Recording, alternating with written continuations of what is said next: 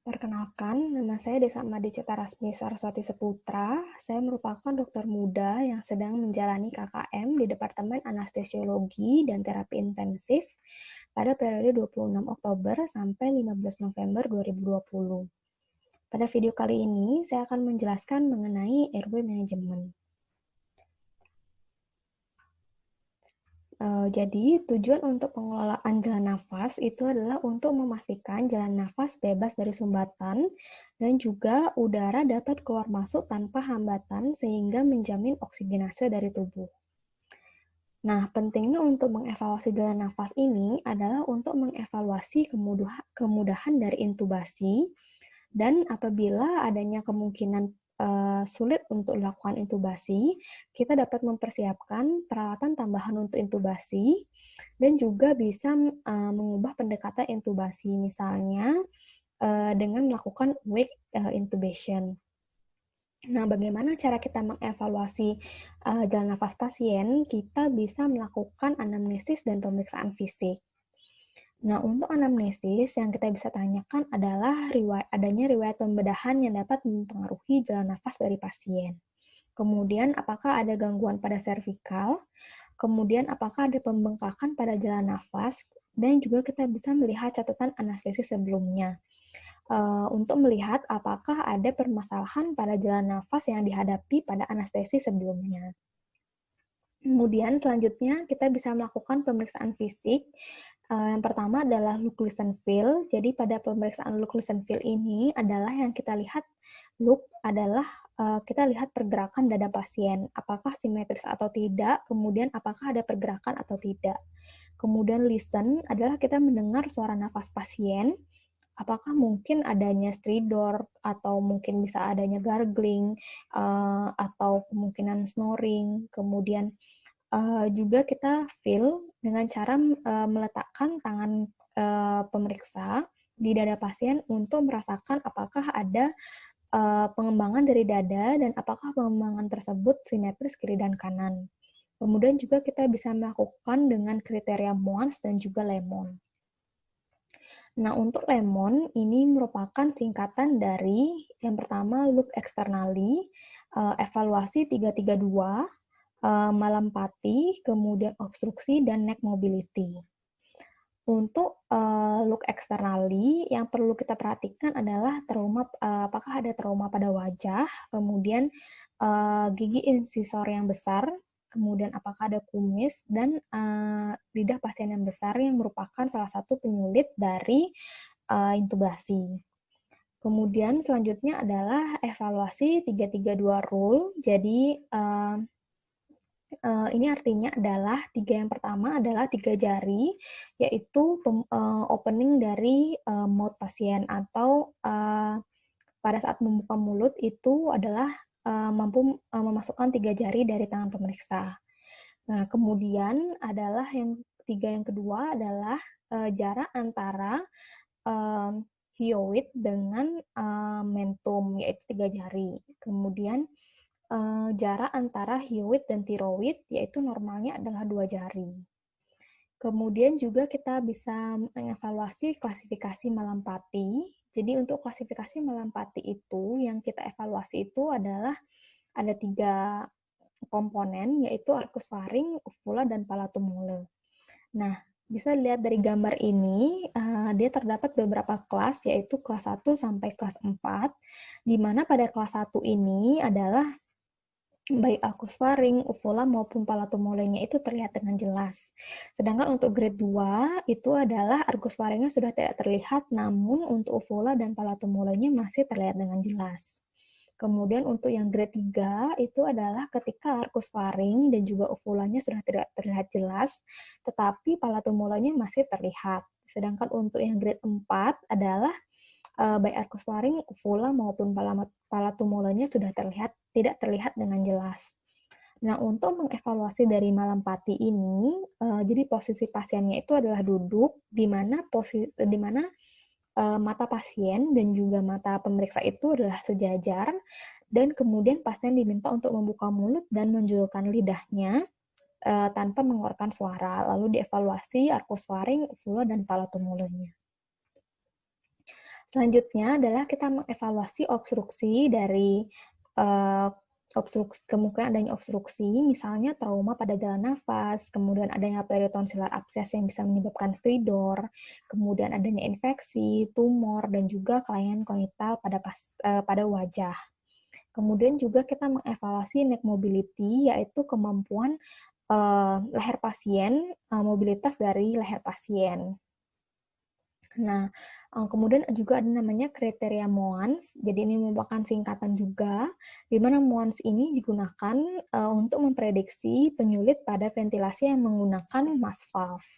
Nah, yang pertama itu adalah muscle difficulty, adalah apabila pasien itu terdapat facial hair, jadi adanya rambut pada wajah pasien, misalnya ada kumis, jenggot, kemudian adanya facial abnormality. Kemudian pada pasien dengan obesitas atau pasien yang mengalami obstruksi, kemudian pada pasien dengan usia lebih dari 55 tahun, kemudian pasien yang tidak memiliki gigi, dan pasien yang mengalami kekakuan pada bagian leher dan juga C-spine.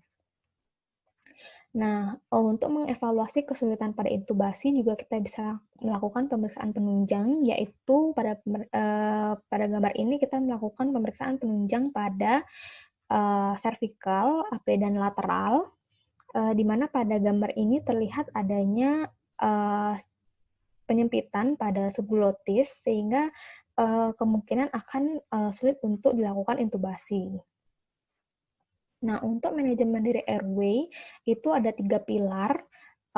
Yang pertama itu adalah patensi, di mana pada patensi ini adalah kita memastikan aliran udara itu tidak terhalang atau clear airway, kemudian proteksi terhadap jalan nafas, kemudian ventilasi dan oksigenasi yang adekuat. Nah, untuk manajemen dari airway ini, kita bisa lakukan tanpa alat bantu atau dengan alat bantu. Dengan tanpa alat bantu, kita bisa melakukan manuver head tilt, chin lift, dan juga jaw thrust. Sedangkan untuk dengan alat bantu, kita bisa menggunakan alat bantu oropharyngeal airway atau OPA, nasopharyngeal airway atau NPA, face mask, laryngeal mask airway, dan juga intubasi. Saya akan menjelaskan mengenai yang pertama adalah penanganan jalan nafas manual atau tanpa alat bantu. Jadi kita bisa lakukan head tilt chin lift, di mana tangan kiri penolong itu ditaruh di dahi pasien, lalu dilakukan penekanan ke arah belakang, kemudian tangan kanan pasien diletakkan di bagian bawah dagu, kemudian gerakan dagu ke arah depan. Kemudian juga kita bisa melakukan manuver jaw thrust. Ini adalah untuk pasien-pasien dengan kecurigaan cedera servikal. Nah, caranya adalah kita meletakkan tangan pada kedua sisi kepala, lalu letakkan jari-jari di sekitar sudut mulut tulang rahang, kemudian ibu jari ini mendorong sudut rahang ke arah depan sambil mengangkat rahang. Sehingga barisan gigi bawah berada di atas barisan gigi atas. Nah, untuk yang dengan menggunakan alat bantu, itu kita bisa dengan menggunakan oropharyngeal airway. Nah, keuntungan dari oropharyngeal airway ini adalah kita memberikan fasilitas untuk melakukan suctioning, baik itu suctioning sekret, darah, ataupun muntahan.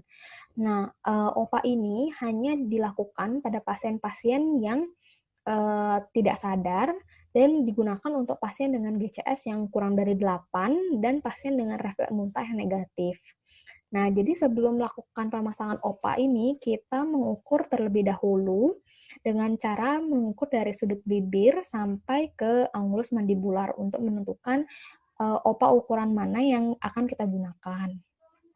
Kemudian cara memasukkannya adalah pertama kita masukkan secara terbalik terlebih dahulu agar tidak terhalang oleh lidah.